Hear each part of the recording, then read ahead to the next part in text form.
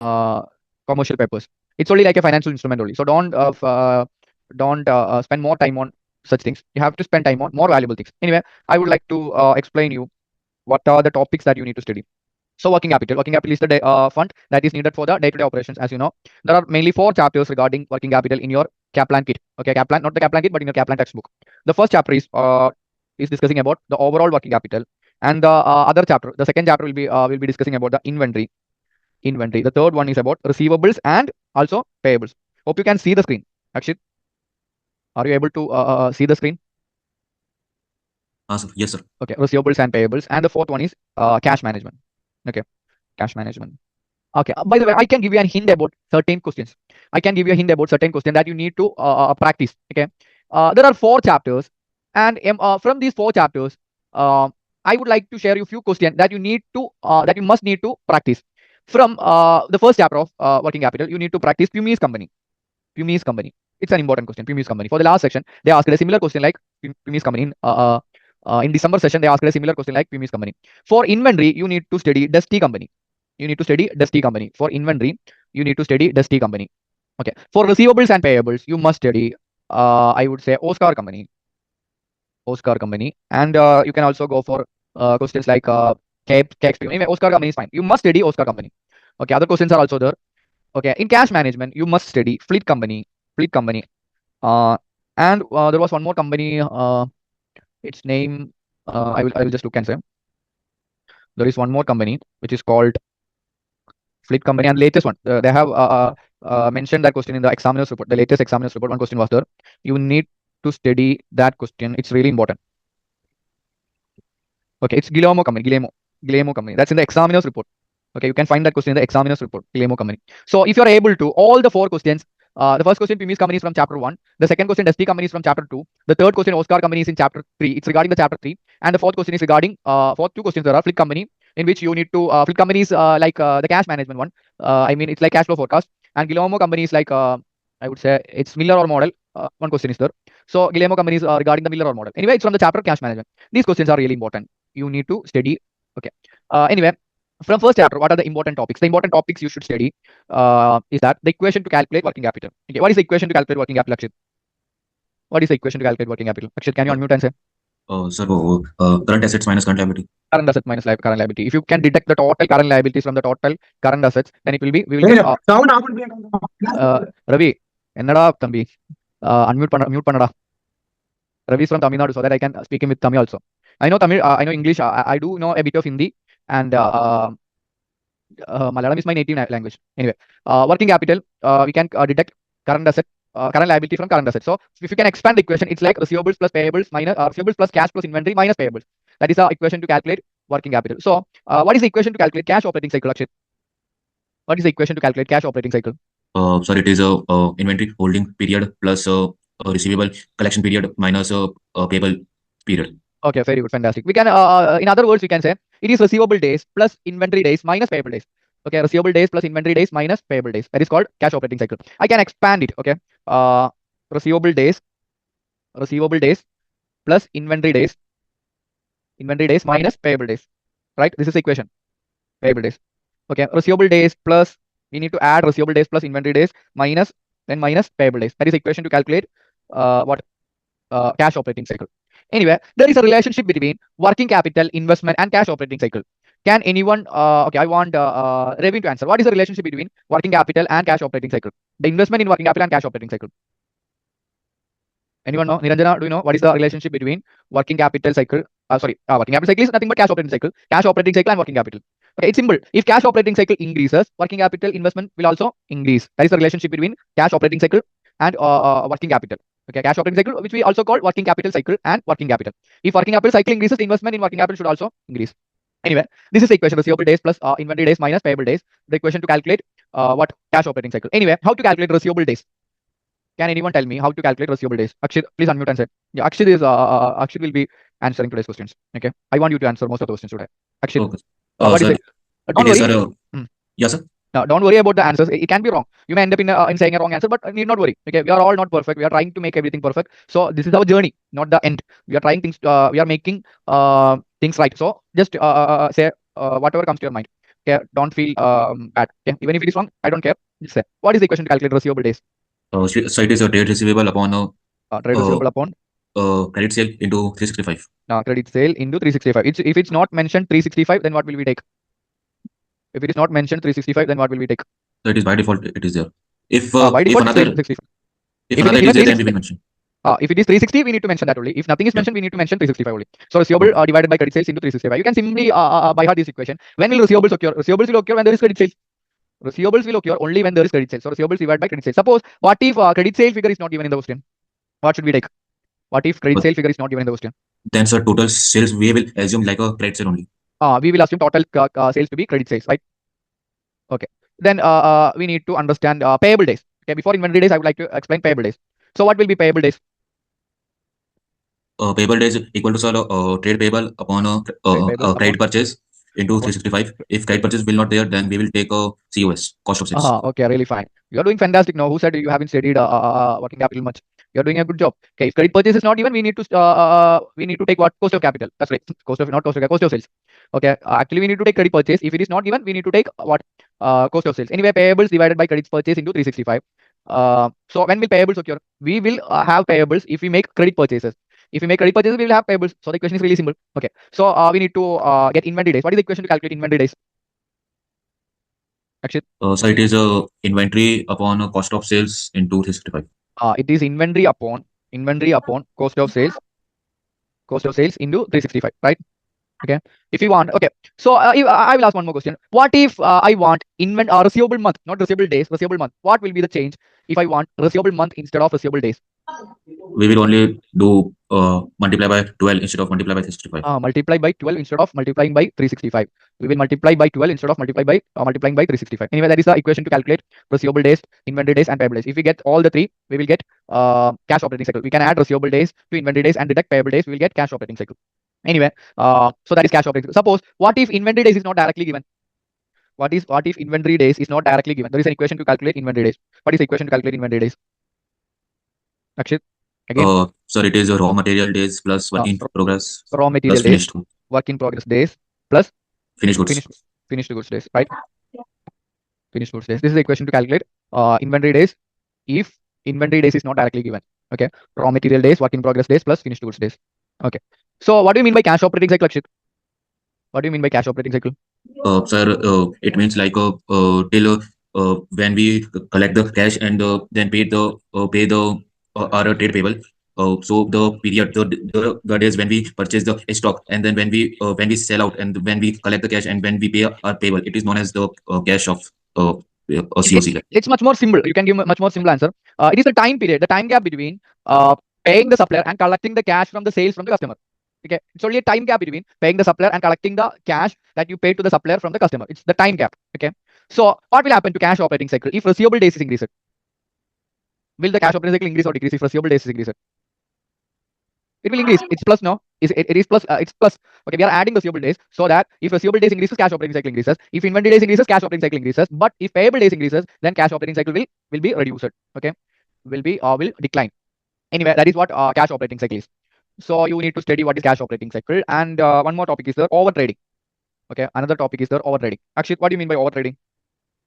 You were asking a doubt regarding over trading, right? Yes, sir. Yes, sir. Just before our session started. What do you mean by over trading? So it means like so just taking the goods on credit and then pay and then sell it to the our customer or our receivable means we beyond our limit, beyond our cash limit, we are doing trading. Or else simply you can say over trading is nothing but increasing sales. We are increasing sales using current liability. Our sales we are increasing using current liability. We are not raising any equity fund, but rather than by using our credit. Okay, the credit from the suppliers. We are using the credit from the suppliers, and we are trying to improve our sales using current liability. What will happen to current ratio and quick ratio if it is over trading? If it is over trading, what will happen to current ratio and quick ratio? Akshit, again. Okay, Ravin, can you say what will happen to current ratio and quick ratio at the time of over trading? That if over trading, working capital will increase, sir, because working current asset divided by current liability. But quick ratio, we have current asset minus inventory minus prepaid expense, so it will decrease. Sorry, increase. Both will decrease or increase? No, sir. Both one will increase and one will decrease. Actually, there isn't any differences. Both will decrease actually because okay, I would say one is current ratio and another one is quick ratio, right? quick ratio. Both have current asset at the top. Okay, just ignore the inventory figure. We will discuss it later. Anyway, both have current assets at the top and current liability at the bottom. Okay, right? So I have told you earlier that in our trading, we are financing using the current liability. Okay, we are financing using the current liability figure like overdraft, trade payables, etc. We are increasing sales using the current liability. So when current liability is increasing, what will happen to the ratio? If the denominator is increasing, the ratio will be increasing or decreasing. Ratio will fall or rise. The denominator will probably increase. Okay, numerator will also increase. Current asset will also increase. By the way, numerator will increase. Denominator will increase more. What will happen to the ratio if denominator increases more? What will happen to the ratio? Akshit, will the ratio increase or decrease? Sir, as current liability will increase, so sir, the ratio will decrease. Current liability will increase so that the ratio will decrease. Both current ratio and quick ratio will decrease. So in over trading, both current ratio and quick ratio will be decreasing, will fall. Okay. And equity fund won't have a rise because we are not raising equity fund here. We are using the current liabilities in order to fund. Anyway, that is what over trading is. We are increasing sales, rapid increase in sales will be there, and current ratio, quick ratio gonna fall, and current liability like trade payables and overdraft will be more. Anyway, that is what over trading is. And there is one more thing called over capitalization. Anyway, that is in that much important like over trading. Over trading is more important. Sir, one doubt Anyway, is you there. need to. Okay, fine. Please ask. Sir, in this, sir, over trading, sir, we just purchase the goods on credit and then sell it on the credit. So, sir, means here both will increase, like trade payable also increase and trade receivable also increase. Payable will increase as well as trade. Receivable also increase because we sell on trade also. Actually, trade payables will increase more than credit sales. Okay, credits. We sometimes may purchase. We sometimes may collect receivables, but we won't pay the suppliers. Current liability will be more. Okay, we won't pay the suppliers, so the current liability will be more. We take overdraft. Overdraft is also a current liability, so the current liability will be more. Since then, it will fall only. It will fall only. So current ratio and quick ratio will be falling in over trading. Okay. Anyhow, Okay, anyway that is over trading. Then we need to study what we need to study working capital, investment policy, and financing policy. Okay. What do you mean by the difference between investment policy and financing policy, Akshit? What are we considering in investment policy and what are we considering in financing policy? sir, in investment policy, we are considering the current assets and current assets, like how we are purchasing, like either we are doing just taking the loan from, no, sorry, in working capital funding, we are comparing short term and long term, like permanent current asset and fluctuating current asset towards the short term liability and long term liability. And in working capital investment, we are doing sales and trade payable. Okay, it is nothing but in working capital investment policy, it is the question. The question is whether we should invest more in working capital or less. That is what working capital investment policy is. In working capital financing policy, the question is whether we should finance the working capital by using short-term fund or long-term fund. Okay, there is only a difference. What is the difference? Working capital investment policy in which we consider whether to invest more in working capital or less in working capital. In working capital financing policy, the company consider whether to invest working capital using short-term finance or long-term finance. Okay. Anyway, that is the scenario. So that is what working capital financing policy is. There are three kinds of approaches. What are the three kinds of approaches in investment policy? Working capital investment policy. Actually, three approaches are there. What are they? So that is conservative approach, matching, Conservative approach, aggressive approach, matching. matching approach. Okay, there are three kinds of approaches. Matching, not matching, it's moderate. Okay, so in conservative approach, there will be more investment in working capital. Okay, those who are conservative, they will invest more in working capital because their mind is conservative. They are afraid of a system breakdown, so they will invest more in working capital. If it is if they do have aggressive approach, then they will invest less in working capital. Okay, because they are aggressive. They don't fear about a system breakdown or something. In moderate approach, it will be like an optimum level, a balanced state. Okay, so these are the three approaches: conservative approach, aggressive approach, and moderate approach. These are the three approaches regarding working capital, right? So like here, sir, we are considering working capital like a cash or what we are saying in normal, so that we can understand. Sorry. Sir, here we take working capital like a cash or like inventory or just increasing. Like we see that in conservative it is. Yeah, working capital is nothing but what is the equation to calculate working capital? It is like receivable plus inventory plus cash minus payables, right? So everything counts. Everything counts. Every current asset counts. Investing more in current assets, investing less in current assets, and investing optimum in current assets. That are the three approaches. Okay.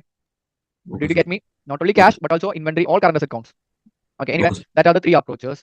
Anyhow, so this guy, conservative guy, is investing more in working capital. So he need to take loan in order to fund working capital. We won't have fund as a company, so we will take loan. If it is conservative, then he will have more working capital, so that he will have more loan, so that his profitability gonna decrease. His profitability gonna decrease because he's funding the working capital more. He's investing in working capital more, so that his profitability gonna decrease because he do have a loan. In order to repay that loan, in order to for that loan, he need to pay the interest, so his profitability will decline. Okay, but his liquidity will increase. Liquidity, if it is more investment in working capital, he will be having more money, more cash, right? So his liquidity, current asset will increase, so liquidity gonna increase. Okay, right? This is the scenario about conservative approach. Then what will happen to if it is aggressive approach? If it is aggressive approach, his profitability gonna increase because he's investing less in working capital, right? Profitability gonna increase, but his liquidity gonna decrease. He won't have cash, so that his liquidity gonna decrease. He's compensating working capital in order to increase sales, so his liquidity gonna decrease. Okay. Okay. So this is conservative, aggressive, and moderate one. It will both have liquidity and profitability. So there is a relationship between. There was one question, theory question earlier. What is the relationship between uh, the objectives of profitability and liquidity? If they ask us to calculate, if ask us to write the difference between the objectives of the problems regarding the objectives of profitability and liquidity, you can simply answer by doing by seeing this. Okay. This is what if profitability is trying to increase. Look at here. If we try to increase the profitability, then liquidity will decrease. If we try to increase the liquidity, then profitability will be decreased. So that in order to make both of them good, we need to balance both of them. Both profitability and liquidity we need to balance. Okay, that is what about profitability and liquidity. Anyway, these are the three approaches regarding working capital investment policy, and there is also working capital financing policy. Actually we need more time to discuss working capital financing policy. Anyhow, I will explain you a bit. There are three approaches. They are conservative, aggressive, and not moderate. It's called matching. Here it is called matching, right? Here in financing, it's not moderate. We can call it matching. Okay, matching. Anyhow, there are two types of finances. One is short-term finance, and the other one is long-term finance. If the company is conservative, then the company will definitely take what kind of finance? Will they take short-term finance or will they take long-term finance? If they are conservative. So they will take a long-term finance. Long-term finance. Since long-term finance is less risky, conservative guys are those uh, who are not willing to take risk, so they will take definitely long-term finance. So what do you mean by aggressive? What do you mean by the term aggressive?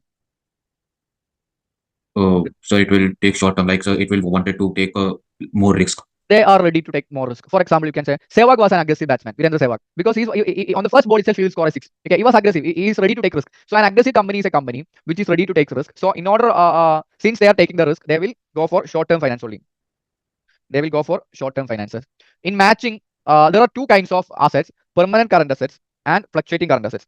Okay, in matching, they will take permanent current assets in long term and fluctuating current assets in short term. They are matching. If it is permanent, then it will be long term finance. They will use long term finance. If it is fluctuating current asset, they will be using short term finance. Okay, that is the difference between conservative, aggressive, and matching.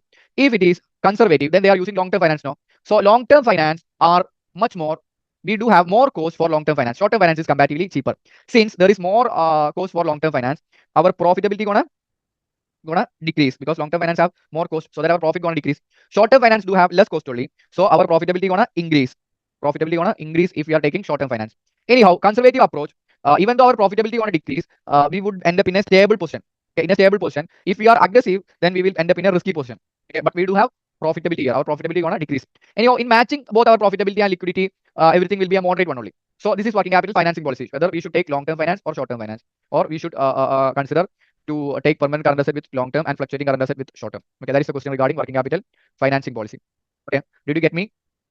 Yeah, sir, a single question is there. So if a company, it is possible that a company can take a working capital investing policy like a conservative, and in financing they will take a aggressive, or vice versa. It will. Okay, no problem, no problem whatsoever. It's up to the company only. It's up to the company. They can take a working capital investment policy as conservative one and financing policy as either they can take aggressive matching or anything else. It's up to the company. Okay, there isn't any rules. Okay, There sir. isn't any rules. Okay. Anyway, on the next chapter, inventory chapter, you're gonna study what do you mean by EOQ? EOQ. I have already asked the question in my Malayalam class. I would like to repeat that question again here. So I will make a statement. Just say whether the statement is true or false. The statement is we do have more. Okay, not more. Okay, we do have least ordering cost, inventory ordering cost at EOQ. Our least inventory ordering cost will be at EOQ. Is the statement right? Our ordering cost will be minimum at EOQ. Am I right or wrong? Anyone? So not possible, because sir, it is like cost of holding will be cost of ordering cost, and both will deduct. Both will be the less. It may possible like if we Okay. increase the cost of holding and cost of optimum cost, like cost of ordering will decrease. May it possible. Okay. My question is simply my question is just say true or false and just say why. My question is our ordering cost will be the minimum at EOQ. I'm not telling about the holding cost and all. Okay, just say about our ordering cost will be minimum in EOQ. Is the statement right or wrong? Right, sir. Right? True. No, it's not true. Our ordering cost won't be the minimum in EOQ. Okay. Then I will explain. Suppose we do have 1,000 unit demand in a year. Okay. When will the ordering cost will be the minimum? The ordering cost will be the minimum when we order 1,000 units itself at one order. If you order the entire 1,000 units at one order, then the ordering cost will be minimum at that point only, not the EOQ. Okay, so in EOQ, the ordering cost alone is not the minimum. The holding cost alone also is not the minimum in EOQ, but together both ordering cost and holding cost is minimum at the EOQ. Okay, is minimum at the EOQ. Anyway, what is the equation to calculate EOQ? Akshit or Ravin, anyone? What is the equation to calculate EOQ? Sir, it will be whole root 2 into demand into a cost of ordering upon cost of holding. Holding. Okay. So just you can in Excel you can use equal to SQRT bracket open 2 into C or cost of ordering into demand divided by cost of holding. Okay, you can use this equation in order to calculate EOQ. Root 2 COD by CH. Root 2 COD by CH. You can use this equation to calculate EOQ. Economic order. Exam also quantity. it will Okay. possible in exam it is possible. Yeah, it's possible. SQRT is possible. Okay, since you can use SQRT. Okay. Okay. Okay. No problem. Anyway, that is the equation to calculate EOQ. So what is the equation to calculate total cost? What is the equation to calculate total cost? Total cost, total inventory cost. Akshit, Total, sir, what, sir? what is the equation to calculate total inventory cost? Sir, it will be purchase cost plus holding cost plus ordering cost. It will be purchase cost plus ordering cost plus holding cost, right? Some question, in some question they won't give purchase price, so that we need not take purchase cost. We just have to take ordering cost and holding cost. If purchase price is given, we have to take both purchase cost, ordering cost, and holding cost. So when at some point of time in section C, they will ask us to calculate whether we should consider EOQ or whether we should consider bulk purchase. Okay, so in order to compare them both, we have what we need to calculate the total inventory cost, that is purchase cost plus ordering cost plus holding cost, right? Purchase cost plus ordering cost plus holding cost, that is the total inventory cost. Okay, that we need to consider, and how much money we can save if we move from EOQ to bulk purchase or bulk purchase from bulk purchase to EOQ. That need to find, that is which means the amount of money saved. Okay, that's how we need to calculate whether we should go for bulk purchase or EOQ. Anyhow, that's the scenario. We have discussed EOQ. Then what's next? EOQ. Then I have told about bulk purchase discount. Bulk purchase discount. Then what's next? Then there is one more term called JIT. What do you mean by JIT? Akshit, what do you mean by JIT? It means just in time. Means just the order has given and the whole thing will start and end up. Means here we will not holding cost we will not be there. Holding cost will not be there. Okay, that is JIT. We will order only when the customer orders. We'll order the inventory only when the customer orders. So in JIT, there are certain advantages for JIT. What are the advantages for JIT? This is a probable question. What are the advantages of JIT? Advantages of JIT. It's a probable question. What are the advantages of JIT? Akshit or anyone? Anyone? So like holding cost will be 0 first. It is there. Holding cost will be reduced. Okay, reduced or eliminated. Okay, it can be 0 also, or else it can be reduced. Anyway, then next one. Next one is like depreciation will not. No. Not depreciation. It's inventory. No inventory. We don't have depreciation. Anyway, it's not depreciation. There will be reduced wastage. Wastage will be reduced. Okay, wastage will be reduced. Reduced wastage. More quality products. Our product quality will increase since there are no wastage. Our quality will improve. Right. Our quality of the product will improve. And if you are using JIT, we can invest elsewhere. We can invest. Our holding cost will be reduced so that we can invest that money elsewhere. Okay. So there are more advantages of JIT. I have mentioned here 4. Okay, you do have more advantages. So just find a few more advantages so that it will help for your exam. I have mentioned only 4 here. Anyone? Anyway, that's all the advantages of JIT. So that is what JIT is, just-in-time stock management. There is also another topic called stock levels, in which you will be studying about the stock levels. That is the equation to calculate maximum level, minimum level, reorder level, lead time, etc. Okay. Anyway, that's all the topic you will be learning in JIT. There is one more topic called periodic review system. Periodic review system, which you need to study. Periodic review system. So stock level is in there in our syllabus. Yeah, stock level is there. It has been asked. It's not that much important. Anyway, it has been asked recently. So you need to study stock levels also. What is minimum level? What is maximum level? What is reorder level? What is lead time, etc. You need to study all that. Anyway, we need to study receivables and payables. In this chapter, we will be studying the main thing that we'll be studying is like what is early settlement discount. Early settlement discount. Okay, what is early settlement discount? There is another equation to calculate. There is an equation to calculate annual percentage of discount. You need to study that equation to calculate annual percentage of discount. 1 plus discount divided by amount likely to pay raised to 12 by n minus 1. There is an equation like that. You need to study that one. That is really important. Okay, and you need to understand whether we should go for early settlement discount or else we can also go for overdraft. Okay, there are certain questions like whether we should go for early settlement discount or else we should go for overdraft. Such questions can be asked using that equation only. Okay, that is early settlement discount. Anyway, early settlement discount is there. Factoring is there. What do you mean by factoring, Akshit? What do you mean by factoring? Factoring is like that, sir. Instead of the owner or some other member, some other person will go and collect the money from the trade receivable. Okay, it's nothing but we are outsourcing the receivable collection to some other country, some other company. We are outsourcing the receivable management to some other company. Then it is called factoring. Okay, they will be responsible for the sales ledger and receivables ledger. Okay, they will be responsible to handle the sales ledger and receivables ledger. They are appointed to collect the receivables from our customers. Okay, that is what factoring is. You need to study what are the advantages and disadvantages of factoring. Can you name some advantages of factoring? Could you name some advantages of factoring? Can you tell So me what because are? of this, the payment will be come soon. Like Okay, it it will. Okay, I will say it will save administration cost. It will save administration cost. Okay, okay. Since they are specialist in this in managing trade receivable. They can simply do more. They can simply manage more receivables. They are specialists in managing receivables. Then they can simply what simply manage more receivables, which is called economy of scale. Economies of scale.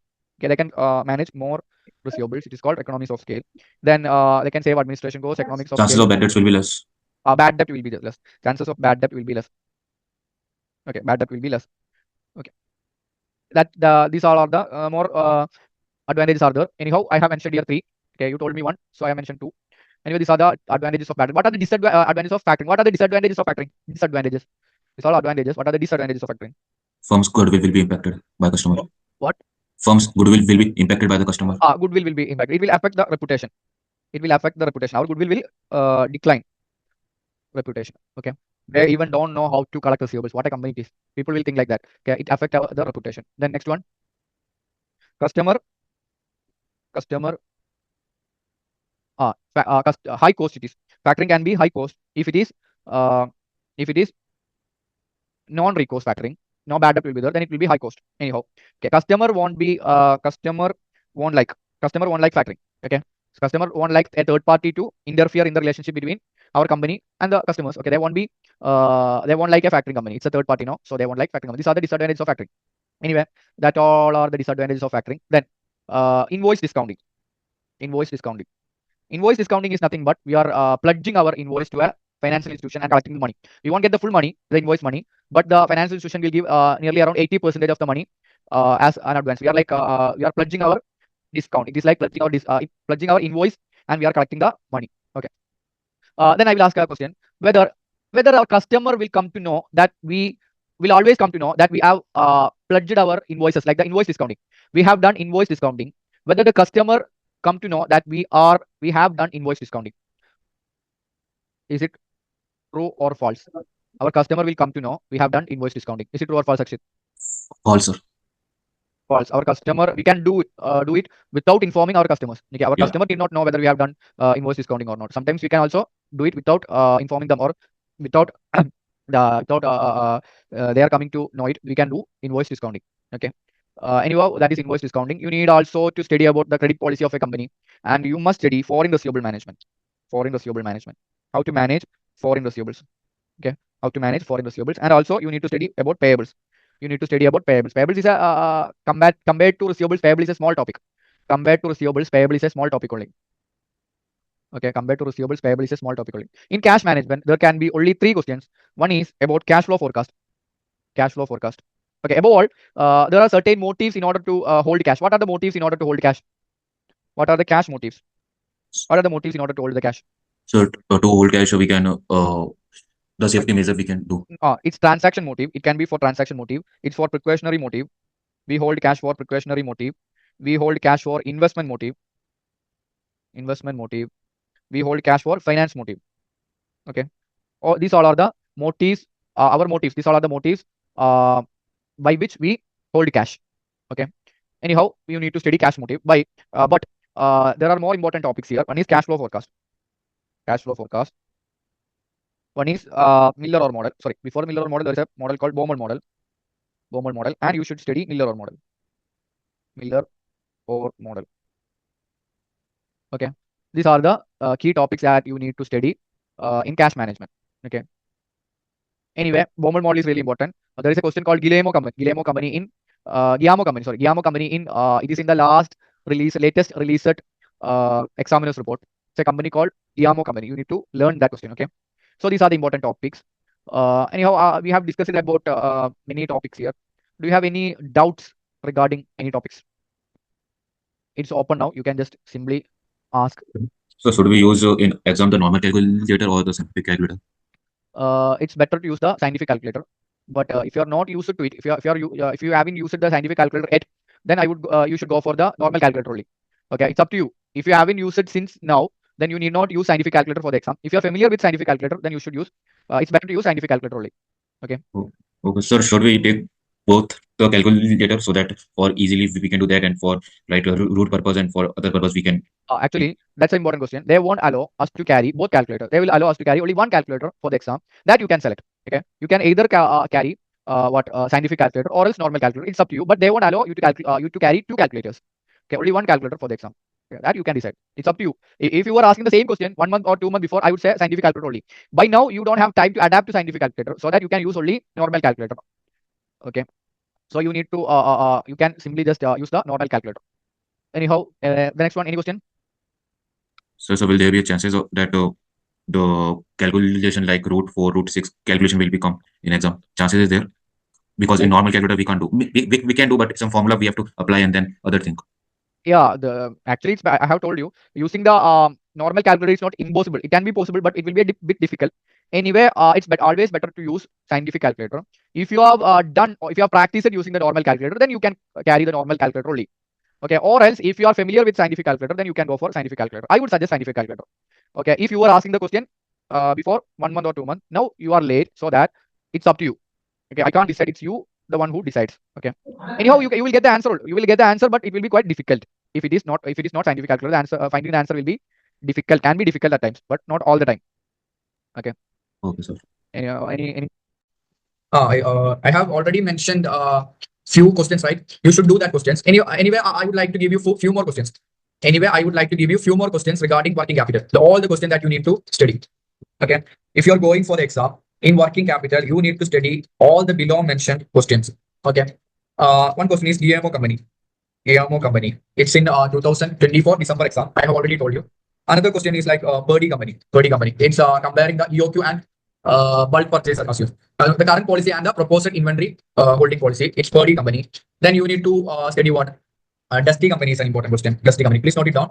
All these questions. AMO company, Purdy company, Dusty company, Oscar company is also an important question. Okay, you can go for KXP company. Seven. Good question. KXP company. WQZ company. WQZ company is an important question. Okay, not important. I would say. It's a very good question. You need to do WQZ company. Okay. Then Dusty, Oscar, and one more company is the Candy company. Candy company. Okay, this is like this is a question of inventory. Candy company is a question of inventory management. Anyway, if you are able to, then Fleet company is the Fleet company. Fleet company is the.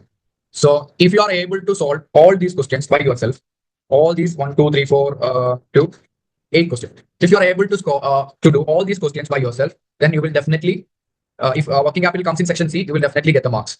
Okay, you will definitely get the marks. All these questions are really important, right? Okay, so always go for questions after 2018. Always go for practice questions that have came. Okay, you need to always learn questions that are asked after 2018. Do you know what is the reason behind it? What is the reason that I have told you that you need to do questions after you need to emphasize more on questions after 2018? Okay, do you know what is the reason? No, sir. Don't know. Okay, 2018. In 2018 only, they introduced computer-based exam. Before that, it was paper-based exam. So in 2018, they introduced computer-based exam. Since then, the question pattern will have a slight change. Okay, so that you need to study questions after 2008. You need to emphasize more on questions after 2018. Okay.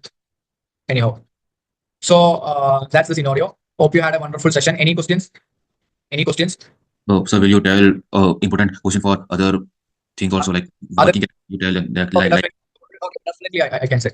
So these are the questions from working capital. Okay. These are the questions from working capital. Important questions from working capital. You need to do these questions before going for exam. Okay. So this is from working capital. Then I would say what are the important questions from investment appraisal? Investment appraisal will be there for sure, right? Investment appraisal, a question will be there in section C for sure. So I would like to say what are the important questions in investment appraisal. So in investment appraisal, there can be questions from like Pink's company. Pink's company. It's an important question. Pink's company. Okay, one question is Pink's company. Then you need to study Gini company. It's a question based upon Gini company. It's a question based upon probability analysis. Probability analysis. It's an important question. Okay, probability analysis. Then I would say you need to study Crockett company. Crockett company. It was asked in 2020 or something, I guess. It's a question based on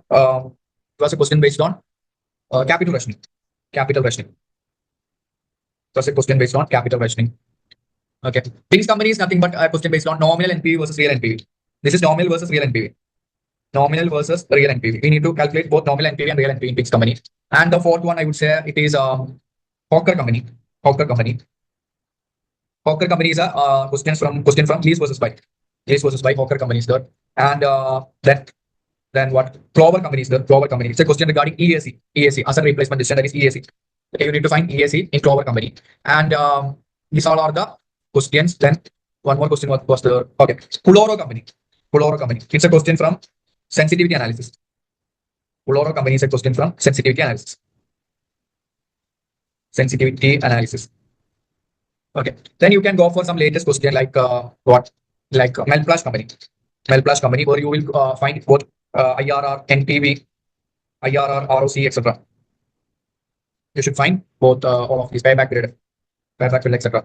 You need to find all of these things in Melplash company. And then last one, I would go for Elan company. Elan company is simply but to calculate nominal NPV. It's a bit tough question. There are more number of workings for Elan company, even though it's a question to calculate nominal NPV. I would say these are the 8 questions. Okay, from each area, I can give you 8 questions. These are the 8 questions from investment appraisal. Okay, just note it down. Spins company, Guinea company, Crocker company, Hawker company, Clover company, Puloro company, Melplash company, Elan company. Okay, so do you want me to give you the important questions from business finance also? Yes, sir.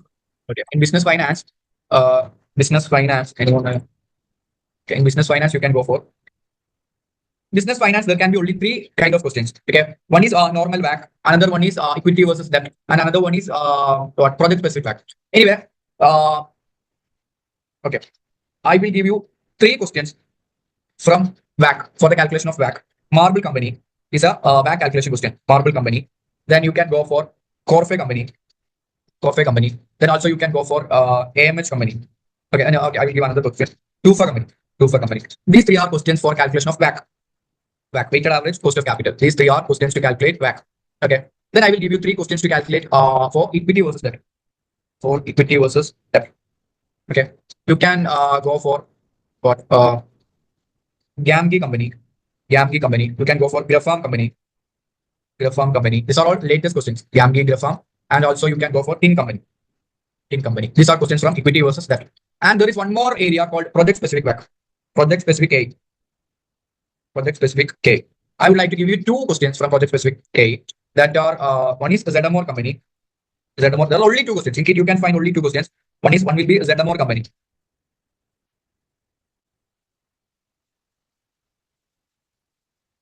ZMOR company. One is ZMOR company, and another one is card company. Card company. Okay. So these are the questions from business finance.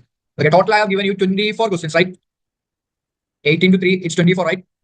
So if you are able to answer all these 24 questions you are on, then you are definitely going to pass in the main exam. Okay, you will definitely achieve your pass mark in the main exam. These all are really important questions. You need to study all these questions.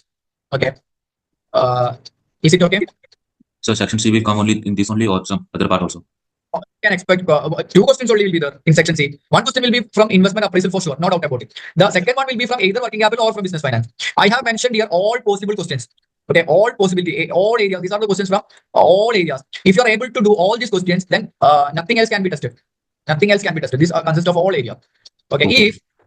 If any questions that come beyond this area, okay, if anything that will come beyond this area, then I would say you are unlucky only. Okay, it's the extreme unluckiness. Okay, most probably about a 95% you will get a question similar to any questions. Okay, similar to some among the questions I have mentioned here. Okay, I have mentioned here so many questions. You will get a similar question for sure. Okay, then anything more, Akshit? Nothing, sir. It's your blessing is needed, sir. Sorry? Just your blessing needed, sir, for the exam. A blessing. My blessing will always be there. Okay. Moreover, normally I call my students. If you if you chat with me in personal, you will be knowing that most of the times I call my students brothers and all. Okay, because I consider my students as my brothers. Okay, even if you are my regular student or my revision student, all my students are like my family members. Okay, definitely in all exams, every exam, I will definitely pray for all my students and all those who are writing the exam. Okay, I'm one among the faculty who won't sleep at the day of result. Okay, I haven't find anyone else who doesn't sleep at the day of result. The result day. Okay, I'm that much involved in this paper. I'm that much involved in the process of teaching. I'm that much committed to this profession. So I will always, always, always, I will definitely pray for you. I want all of you to pass with good marks only. Okay, I conduct these revision sessions only for the sake of you. Okay. Actually, then you will ask whether you should why aren't you giving your classes for free, regular classes for free? If I'm giving the regular classes for free, then students won't have commitment. Okay, it's free now, so we need not enter to the class. They will think like that. So I fixed a charge, a fee for my regular classes. Irrespective of that, I want all of you to, all other students, okay, all other students and all my regular students to pass the exam. I will definitely work hard for you. I would like to help you at any cost. Okay. I want to help all of you. Anyway, you will definitely pass. I want you to put the maximum effort, at least 8 hours or 10 hours per day. We'll do it. You have to do the same thing continuously. You have to do the same thing continuously. I might have said this example earlier. I would like to ask a simple question for you.